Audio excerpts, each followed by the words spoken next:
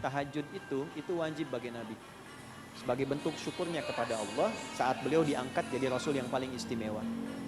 Nah, bagi kita tetap sunnah. Walaupun kita berusaha tiap waktu bangun, kalau tidak sempat mengerjakan nggak berdosa. Jelas? Misal, dalam bab rumah tangga, Nabi menikah lebih daripada 4 istri. Khusus untuk Nabi, Anda nggak usah ikut-ikutan. Untuk lebih dari itu, atau membuat kreativitas yang melampaui batas-batas tafsir. Misal, izin Bu ya, saya nggak akan mendalami, cuman sekilas aja. Ketika sampai di An-Nisa itu, ya di pembukanya kan jelas matna wa thulatha wa ruba' 2 atau kemudian 3 atau 4. Nah, di sini ada yang berlebihan sampai menjumlahkan wa-nya pakai penjumlahan.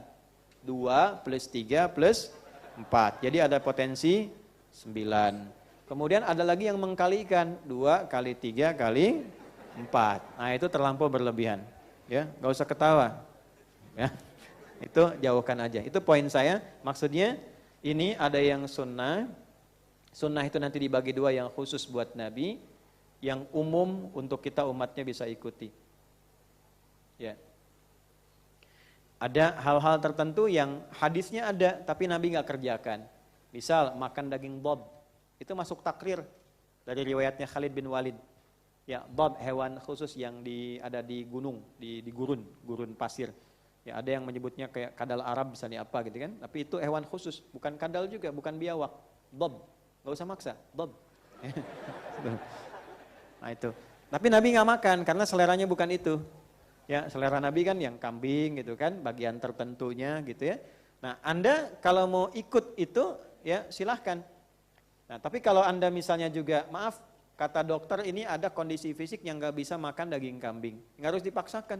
Aduh, saya menyalahi sunnah. Bukan. Ya, justru sunnahnya berpindah kepada yang lain untuk menjaga kesehatan. Bagi pelaku militer, nah itu tidak ada pilihan untuk mencari hewan-hewan yang analoginya sama dengan dhab tadi. Ya, karena Khalid itu kan jenderal militer. Ya, perang kemana-kemana kan tidak setiap di gurun pasir ketemu kambing guling. Nah, makanya kalau nggak tahu rumus itu nanti sulit ketika akan bertahan di medan perang, ada gerilya, ada di hutan, ada di rawa dan sebagainya, apa yang harus dimakan. Nah, inilah fikihnya, pentingnya apa? Fikih. Kemudian setelah itu hikmah. Hikmah itu makna. Jadi kalau ngaji tafsir, kemudian kita praktekkan ke ibadah, ingin lebih sempurna ibadah kita, maka ini dalilnya. Ada dalil ayatnya, ada hadis penjelasannya, ada hikmah maknanya. Contoh, ini sederhana tapi dalam. Bab sholat, ibadah kan yang paling pokok. Setelah kata iman, dalam Quran pertama kali disebutkan sholat. Alladzina yu'minuna bil ghaibi wa yuqimunas sholat. Berarti penting.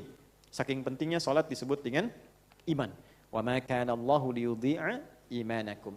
Salat ini kalau mau kita bagus, sempurna dalam pengertian fikih dan bisa dipraktikkan dalam kehidupan dengan pengertian yang baik, kan kita itu konsepnya dunia dapat, akhirat dapat. Kalau akhirat itu urusan pahala. Hasanahnya bentuknya pahala. Sekali kita tunaikan dengan kadar keikhlasan, dapatlah 10 poin. Bila ditunaikan berjamaah kali 27.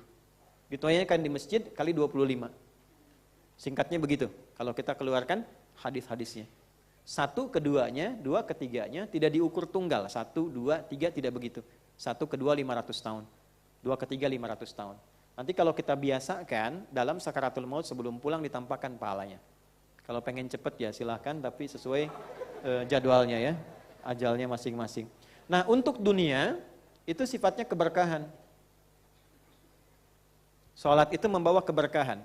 Di antara berkahnya itu bisa berdampak pada perubahan perilaku menjadi lebih baik. Inna salata tanha 'anil fahsya wal munkar. Bisa memberikan ketenangan. Saya ulangi, bisa memberikan ketenangan yang lebih kepada jiwa. Ala bidzikrillahi tatmainnul qulub. Nah, zikrullah yang paling tinggi itu salat. Itu di Quran surah 20 ayat 14. Wa aqimus salata li dzikri. Oke. Nah, jadi ada dampak akhiratnya, ada dampak dunianya. Kalau ini ingin kita dapatkan dengan sempurna, rumusnya 3 itu. Ayat.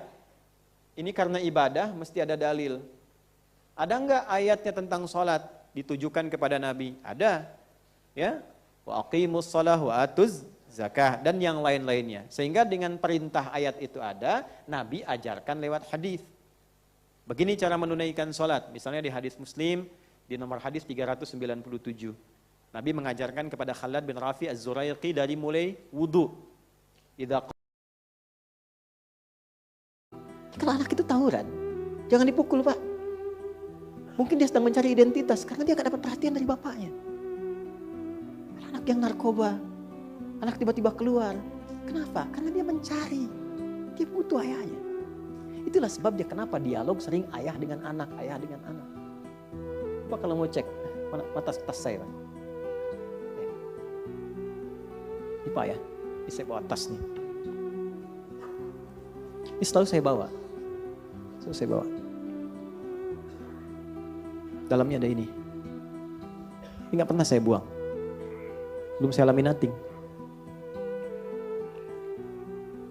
I love you Buya.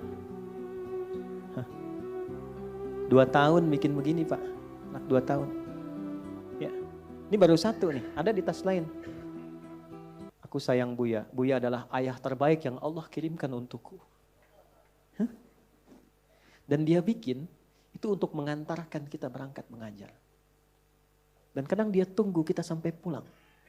Hanya untuk menunggu ayahnya. Bukan ustadz yang dia inginkan. Bukan kiai. Dia hanya ingin ayahnya. Saya kalau pulang sampai rumah, belum pernah seujug-ujug saya dengar anak saya panggil buka pintu. Ustadz. Gak ada. Buya. Barusan dari Al-Azhar. Cuma ngedrop kakaknya ikut tadi ke Al-Azhar. Saya ganti baju, udah telepon. Ahmad telepon. Buya di mana? Di absen. Buya di mana? Nah, Buya mengajar dulu ya ke Tanah Kusir. Oh, ya. Kakak di mana? Ada. Hati-hati ya Buya. Nanti pulang ditunggu. Cuman pengen ayahnya. Kok bisa? Antum katanya nyari harta buat ke rumah, tapi pulang ke rumah kok yang di rumah dimarahi? Masalah antum di kantor. Antum tuh jadi manajer tuh di kantor, direktur tuh di kantor, bukan di rumah. Kok bisa pulang ke rumah anak sudah nunggu-nunggu, sudah bikin karya macam-macam ke rumah. Ayah, diam kamu. Gak tahu ya ayah capek? Gak tahu. Sedih, karyanya disimpan lagi. Ya? Makanya kenapa banyak dialog di situ dengan ayah. Untuk memberikan kesan keseimbangan dalam rumah tangga. Bu, kalau ayah sedang keluar, ibu ceritakan kebaikan ayah untuk anak. Supaya anak tahu ayahnya. Abi itu Masya Allah, itu untuk kakak nanti. Supaya punya mainan baru, pakaian yang bagus, bisa sekolah, kita bisa sholat jamaah. Makanya Abi sedang mendekat kepada Allah. Gitu. Supaya dia pun kenal Allah. Itu yang dimaksud Luqman. Wa idh qala Luqmanu libnihi wa huwa ya'idhuhu ya bunayya la tusyrik. Dekatkan dengan Allah. Kenalkan. Nah, poin saya adalah ketika sampai ke level, ini indah di Quran, ada psikologi tentang perkembangan anak. Ini kalau saya lukiskan begini, dibagi 3 bagian. Dan kita akan ketemu tentang diskusi itu.